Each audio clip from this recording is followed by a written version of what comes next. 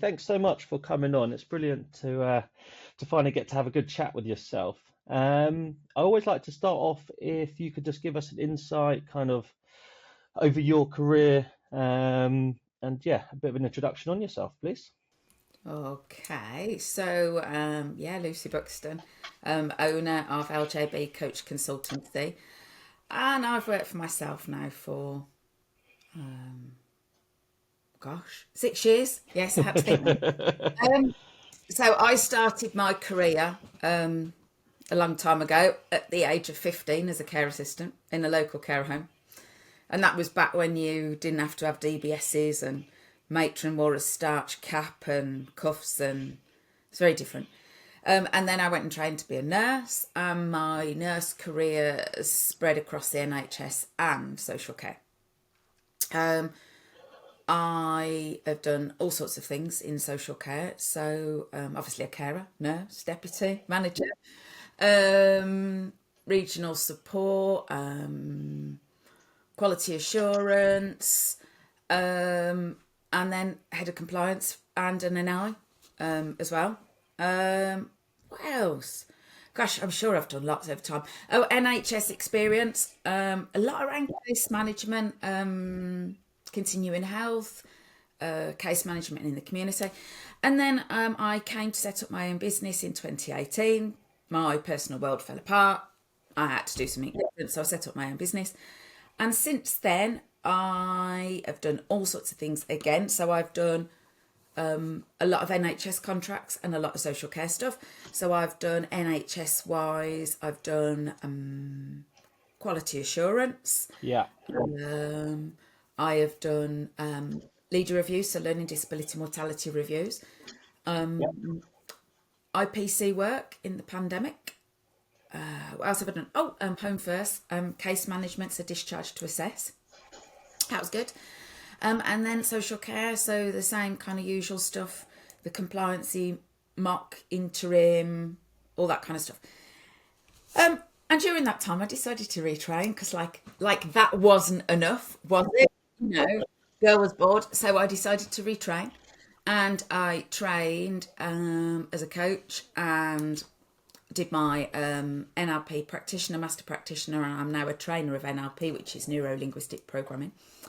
And I also trained as a hypnotherapist, of which I'm now a trainer of hypnotherapy.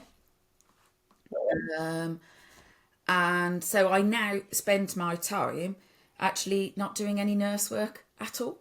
And I stopped doing nurse work now. Where are we? A good 18 months ago now. And actually, I am not renewing my PIN number this year. Oh, wow. It's a big change. Yeah. Dramatic. Yeah. So there will be no revalidation for me this year. Thank you very much. I should just be clicking the button and saying, You've been a good servant. I You've done your have, I have, duty. I have. They've had enough years out of me. Yeah. So I spend my time, like I say, working with individuals and teams and businesses, and helping them through, I'd say, situations that are difficult and challenging, either in work or in life. And when I'm not doing that, I coach young people as well, which is really lovely. Oh, brilliant. No, no, brilliant. Yeah, you've been involved in a lot. And yeah, it's great to, and I think the work that you're doing now by using all of that experience to be able to support kind of, you know, others, is a really cool thing to do. Just to touch on, in terms of, you mentioned about the young people, what sort of work are you doing with them? Yeah, so coaching, exactly, NLP, hypnotherapy, from 12 up to about 24. I mean, I do 25 or 26 if somebody needed to. So, for example, anxiety, stress, relationship problems, kids not going to school. So maybe, yeah, just kids just, well, we know we've got 500,000 at least on waiting lists for CAM services in the country. And then we've got no matter, like a ridiculous amount of kids not going to school and just feeling overwhelmed and stressed and whatever. So it may be, yeah, kids that I've got a client who's not been to school in 2 years, Oh wow. and we've got them back into school where they're in school every day at the moment for like an hour and a half every single day, and they're working on building that up.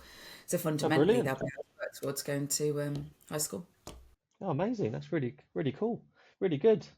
In terms of the work, that sort of work, is that all kind of private? Is that through organizations that you work with? How, bit of I do both? both. So, Yeah. yeah. Okay, So I amazing. have so like the kids stuff is private, Yeah. um, but like the adults I work with, that's either themselves or through businesses.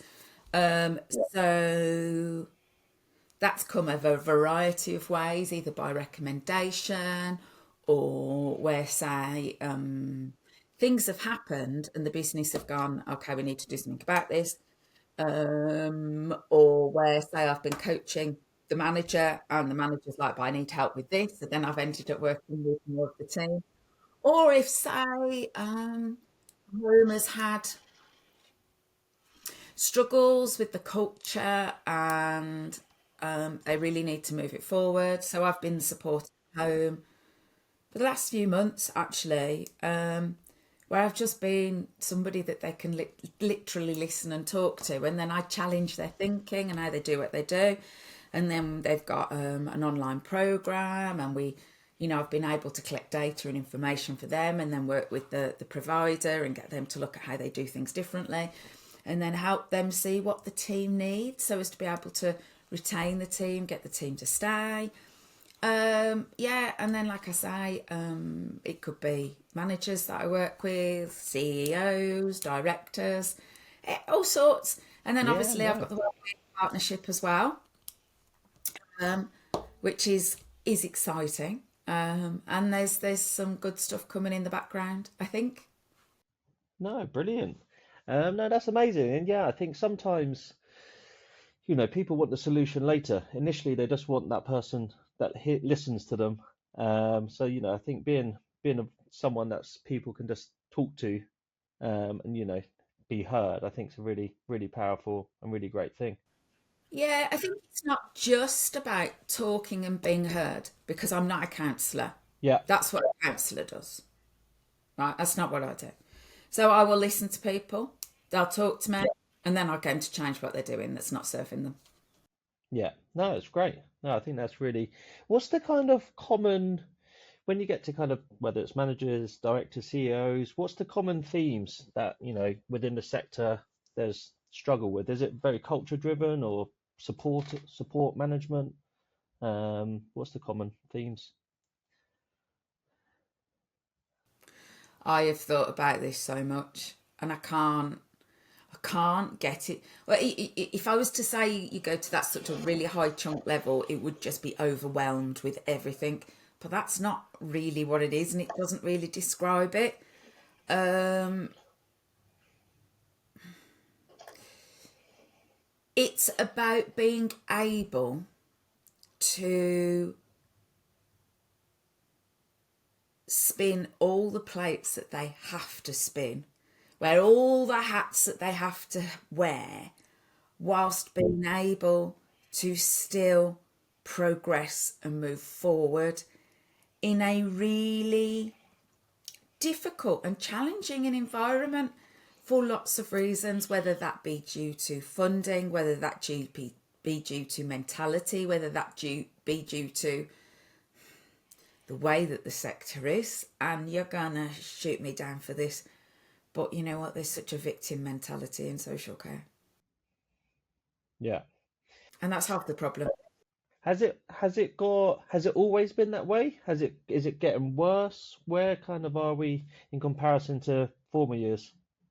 Yeah, I think it's getting a lot of worse in lots of ways because there's so much more regulation. So if you think before pandemic, you had the regulator go in, and yeah, the CCG and the local authority would go in, but they would quality assure based on the contract that they have with you. Now that's what they say they do now, but since the pandemic, they're now going in and doing way more than they ever did before.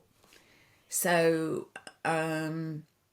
there's just so much more pressure in the system, so much more fear, so many more hoops to jump through, so many more reports to write, Yeah. and on top of that, you've got so many people who are just exhausted, went through a pandemic and didn't deal with the stuff that they had in their heads. And on top of that, the world is changing. It's a scary place. Yeah. And people don't have the thinking and the ability to really pay attention to what they need to pay attention to. So this is where I talk like a lot about, like I said about like the victim thing. Yeah, you know what? Funding in social care is really rubbish. But fundamentally, if we keep looking for a mystical unicorn, we're going to keep pinning everything on hope. And it's not about that. It's about having a business and you taking responsibility for it and for where you're at. So my business doesn't work. That's up to me. I've got to pull my Yeah. finger out. I can't keep saying, oh, well, it's not fair because the government aren't paying my clients and that's why I'm not getting paid. It doesn't work that way. I have to think, okay, so is this a pond I want to fish in anymore? So if you're a dom care provider and all you've got is local authority clients and local authority aren't paying you, well, start looking for private clients, start mixing up your model, put living care, start turning around and saying, well, I'm not taking any more package until it's your business. You've Yeah. got to look at how you're doing your business and stop saying, because when we point that finger at blame, 3 point back. Yeah. And sometimes, in business, you got to be ruthless. You got to make big decisions, and potentially, you might not please everyone with those, but ultimately, if you look at it as a business model, it's your responsibility to take that business forward. Do you think that needs to come? Do you think the managers get too much responsibility potentially of that, and it needs to come from the higher level, the people above, or is that something that? So a lot of it depends on the structure of the company. So if it's a company where it was purchased because the owners thought it would be a good way of making money and they no longer want to be involved in the business, you might have a registered manager that has free rein to just crack on and do, and that could be a really great registered manager, has the ability to be really dynamic. It could be that there's a business where it's very corporate and this is the route we're going. Now, that could be a very positive route. It could also be a less positive route. You could also have a business where actually the vision, the values, and why they're doing what they're doing is just completely on point. You could also have a business where whoever's running it and the register manager, they just don't have a Scooby-Doo and they shouldn't be anywhere near care. And there's lots of those. Yeah, no, we've come across several ourselves, but won't name who they are.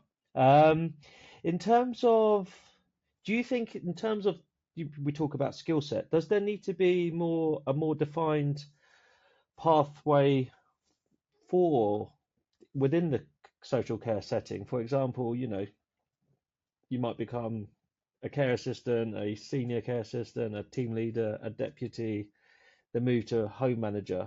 But do they learn, does there need to be more skills that are learned as you go up? Because a lot of home managers now are also, targeted on more commercial business side of the things. But actually, where do they learn? How do you learn that as you go? Um, How did I learn it? as you go, I guess. Nobody gave me the training. I got on with it. Yeah. So I was, I was pregnant with my son. Oh my God, we're going back years now. And he'll be 24 this year. And I was a deputy manager of a home. And I went into work one day and I was about 4 or 5 months pregnant, I think. And the regional came back and said, oh, manager won't be in. You're now doing the manager's job. Am I? I'd never done a management job before. I didn't know what I was doing. So at that point in time, I thought, I'm not doing this. Pull the ripcord, and I jumped. I left. I wasn't doing it. I thought, am I having this responsibility or am I not? So I went to work on the agency. And then what happened? Somebody at the agency said, we've got this interim manager's job. Do you fancy it? So I was like, okay then. Close to home. And I literally, it was a little home. And this was back when it was like the nursing inspectorate, and the inspector would just come and visit you for a cup of tea. I can remember her name now, Hilary Gaffey. And she'd just come and like pop in and, oh, how you doing? How you doing? I thought, and I just literally, all I did as that management role, I literally just was a nurse and dealt with people and dealt with rotas, and I got on the floor and I got stuck in, and that's how I learned. I just learned by doing. And then if I think about other companies kind of that I've been through, it's been the same. I've picked up the knowledge and the skills with every career change I've had. And I guess mindset of kind of flexibility and growth. But what we're seeing at the moment is a heck of a lot of people being put into management roles who haven't got the knowledge and skills, and there's not the knowledge and skills in senior levels because a lot of people have left to provide that support. So there isn't that support if you think you've got somebody being a first-time registered manager and they've been put in that role, they're overwhelmed, they haven't got really good support, they've got maybe not even a regional, or if they have got a regional, the regional's got a far bigger region than they ever had before. And they haven't got that person coming in there going, well, this is what you need to prioritise. This is what you need to do. Oh, just don't pay any attention to your staff team. This is, and so of course they're getting more overwhelmed because they haven't got the knowledge and the skills to deal with what they've got to deal with. And also, it's that so much more pressure. It's just a lot. Yeah, and with everything else going on in the world, isn't it? There's so much from all different angles now. Yeah, it's just, well, we live such a fast life, and then we've got social media, we've got access to so much stuff. Something happens in another country. Yeah. If you think about it, years ago, if something happened abroad, you'd have had to have waited for the carrier pigeon to get back here to tell us. Yeah. Whereas now, something happens abroad, I open my phone and I've done it.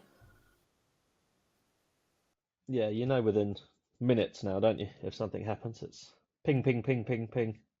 Everyone knows about it, don't they? Everybody knows about it, and that in itself is massive information overload. You know, think about the amount of emails people get on a day. But actually, who today gives people permission to turn around and go, well, put them into folders. If you're CC'd into lots of emails, don't just put them into a CC'd folder. And managers think that they can't do that because then there's the reprisal and there's so much fear that they're driven by. Yeah, so I think there could be a system that's put in place to train, but anyway, who's going to see the financial viability of that? Yeah, it's just another cost, isn't it? Yeah, it's just another cost. And you know, you being that kind of recruitery type person, if we think from a company perspective, I can pay an eye-watering amount to replace somebody, but actually what do they actually do to keep and make sure that person stays in the role? What do we actually do in the first place to ensure that that person that's put in the role is the right person for that role? And how do we then? I literally spoke to a manager the other day. She's been in the role 5 weeks, and I said, about one-to-one support with myself so many hours, and she said to me, us registered managers recognise it's a really lonely place to be a registered manager role. I'll reflect on your option because it's not something I've ever been offered before. She's been in the job for donkey's years. This is a woman in her, I'm guessing, 50s. It's not the done thing.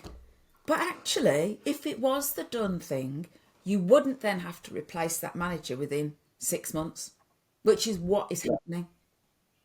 But does that need to come from, do you not think, or should there be a bigger push from organisations? Should individuals have to go out and find their own support, or should that be the norm within the business? No, it absolutely should. But then some organisations think, well, I pay them to do their job, so that's enough, isn't it?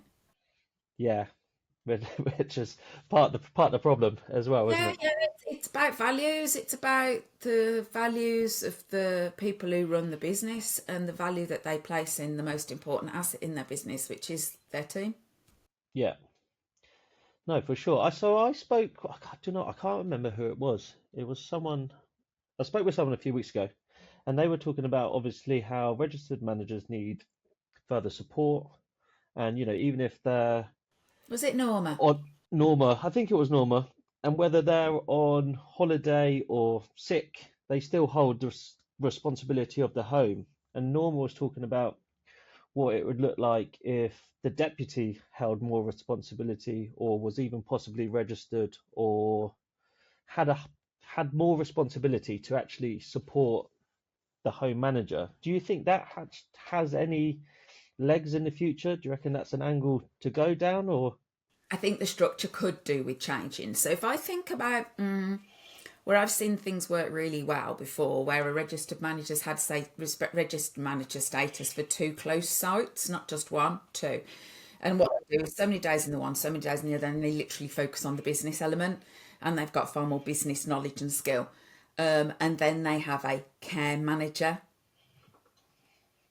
And then, I mean, whether you end up then with, say, two people being registered for that service. So you have somebody who's registered for the business element and somebody who's registered for the care element, and then how they work together. I think providers need to be a bit more dynamic in how they do what they do, because it's exhausting.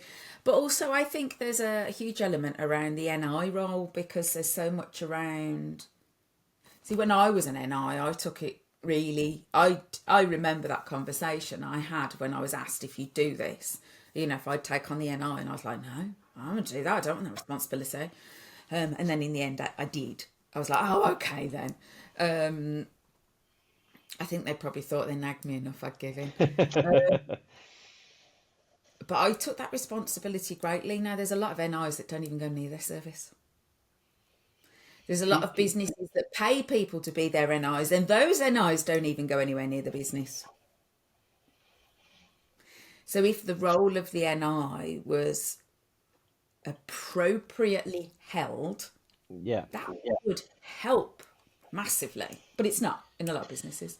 Or yeah, there's one NI for 200 businesses. How on earth can they appropriately hold that responsibility? They're yeah, delegating it down, aren't they? It's. yeah. No, for sure. And you see a lot of business owners are the NI, and then they've got the registered manager. Do you think the NI should be someone impartial or independent, or shouldn't hold so much of the business, if that makes sense? It comes down to the values of the business owner fundamentally. You've got some business owners who are an NI and they're fantastic, and you've got some that are just pants. Yeah. And if the NI position was to behold more, be a more prominent role, would that be driven by the CQC? Would that be driven by the organisation, or does it need a joint effort? Well,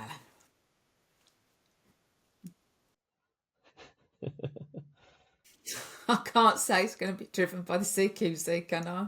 Sorry, it's not happening. Oh, we know it's just not. No, not happening. It's not fit for purpose. It isn't what it is.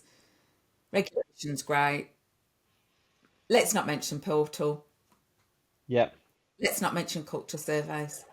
I can't answer your question because Yeah, yeah, no, that's you're fine. asking me to make a wedding cake with blancmange. Yeah, not happening.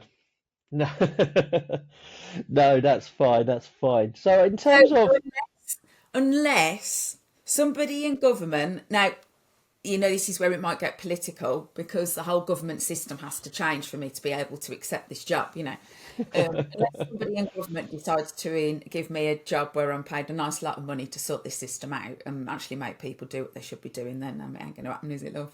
no, for Sorry. sure. You would have my vote though, for sure.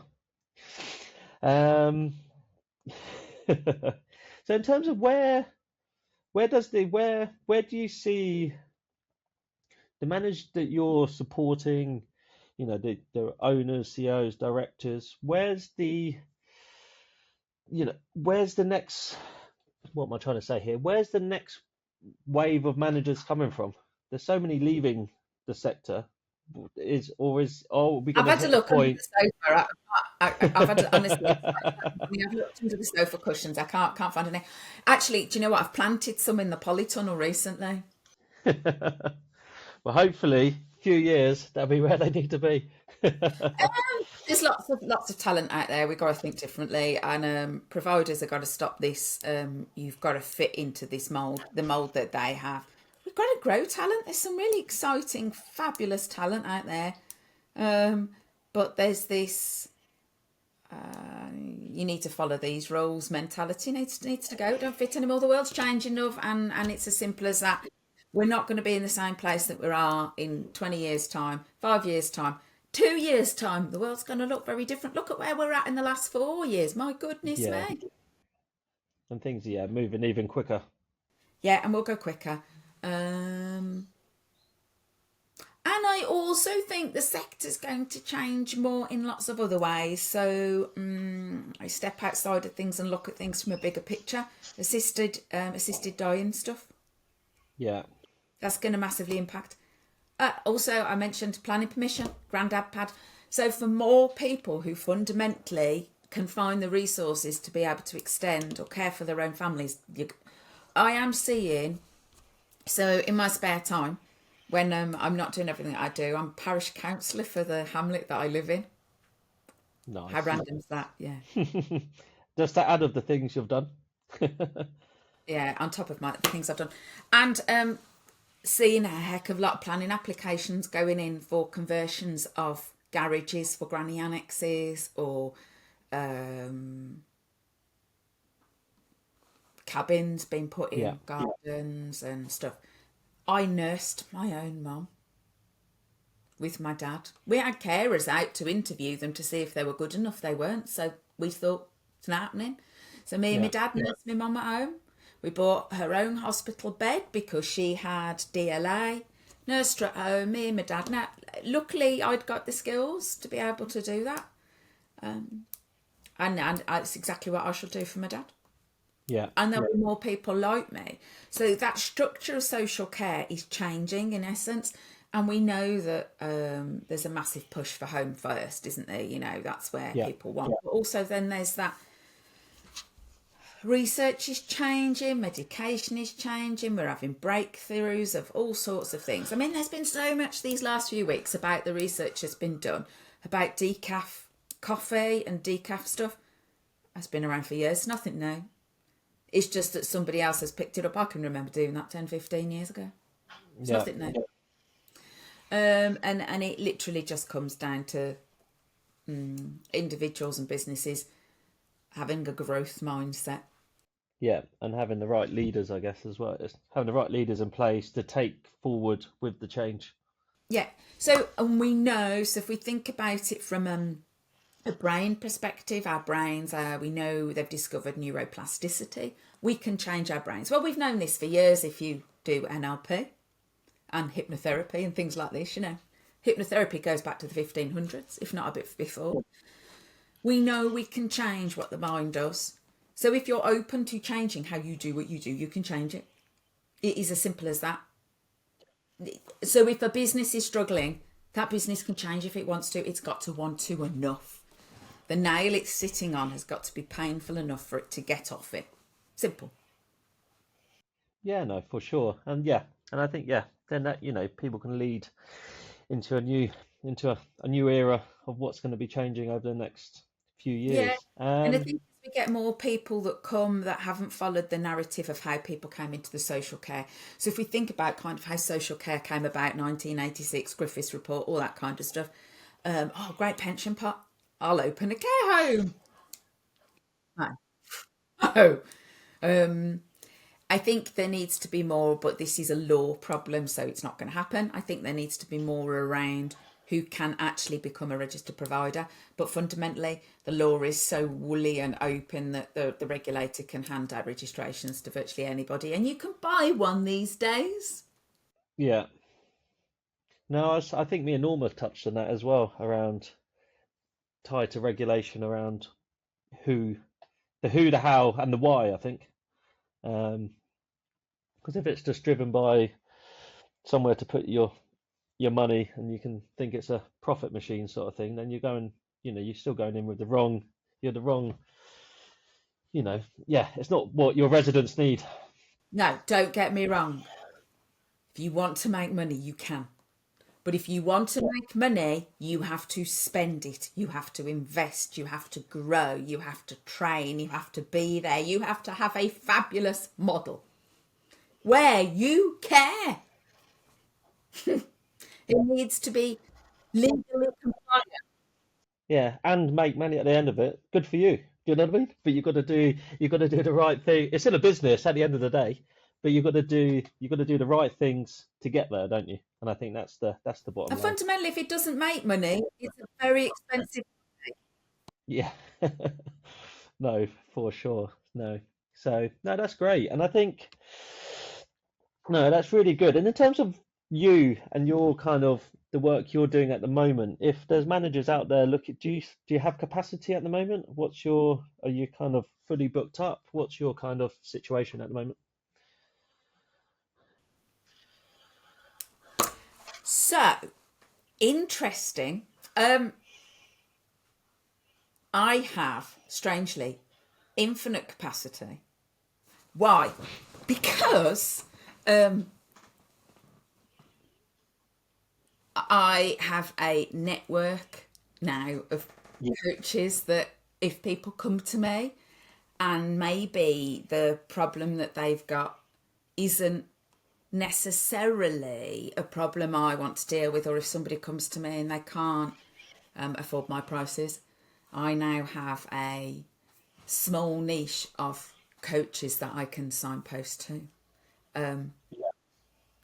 Should that be the case? Um, and it's not just managers, it's chief executives, it's directors, it's whole teams. I mean, I've got two teams I'm working with at the moment very differently. The one I visit in person, and we've had fantastic results. A really, really unhappy team, really closed culture, where I walked in and I wouldn't even get offered a cup of coffee. It just was, I wasn't even told where the toilet was. It was like, I'm not even going to show you how you get out of the building. Whereas now I can turn up and go, oh, me, the coffee pot's empty. Coffee? And they're like, oh, yeah, put coffee on. And that has been fantastic to see them change. And I'm so excited to see how they'll grow more. And then there's another team that I'm working with online. So I've spent some time one-to-one, and we're doing a group program, and I'm working with a manager as well. And that's just fundamentally because the owner wants the home to grow. Great. They want the team want to be outstanding. The manager needs the support. So that's what we're doing. And then obviously I've got a variety of one-to-one who come from a variety of backgrounds, which is really Is there nice. support for deputies looking to take a step up? Is that something you kind of support? Yes, yes. So I happen to have. So if I think about this small niche group of coaches, um, all have got a health and social care background. Yeah. All have either been a nurse or work in a role or have worked in a role. They're all coaches. So I've got somebody that works with new managers, deputies, somebody that works with managers. I've got somebody who works specifically with grief, somebody else confidence. And then there's myself. So yeah, Yeah. So you can exciting. tackle a whole range Yeah. of needs And a and complete support. variety of price points as Yeah. well. Um, yeah, definitely. And in the background, fingers crossed, if it works, I'm building a platform of resources and videos and more Oh, amazing. accessible stuff. That's kind of what I'm doing, but the tech side's less easy for me. And for me. It's not my forte. Yeah. So it might be that everybody that's on my email list over the next few weeks, fingers crossed, are going to get an option to be able to buy my 11 module team and growth empowerment course. Like I say, business have got it attached to their e-learning platform. It took sorts of stuff. So it means all their staff can access this lovely stuff that teaches them how they do being them as people, and all sorts of And things then that if they happen. want closer support, they can come to you directly and go from there. No, brilliant. Well, thank you so much for your time today, Lucy. That's really been it's really been great. Um, and hopefully we can we'll catch up again at some point and see. Best of luck with your new project. That's hopefully will be launched over the next few weeks. You can go Yeah, from there. we'll see. We'll see what happens. I'll just go with the flow, you know. Yeah. Well, thank you And if so much. it doesn't happen, it doesn't happen. I'm not going to be. I'm not Yeah, but you've got to necessarily try attached things. to the outcome. Yeah, and I think even if you do it and it can support a few people, it makes all the difference, doesn't it? So, The person with the greatest flexibility controls the system. yeah, Work that one out. I will. I'll get my brain thinking. Fundamentally, if I'm flexible in my approach and how I think, then anything that happens in front of me or around me or in the world, it doesn't in any way knock me. I can continue to go on my journey of my purpose. Yeah, and then you can adapt to the situation, can't you? No, brilliant. Well, thank you so much, and we'll catch up again soon. Yeah. All right. You take care.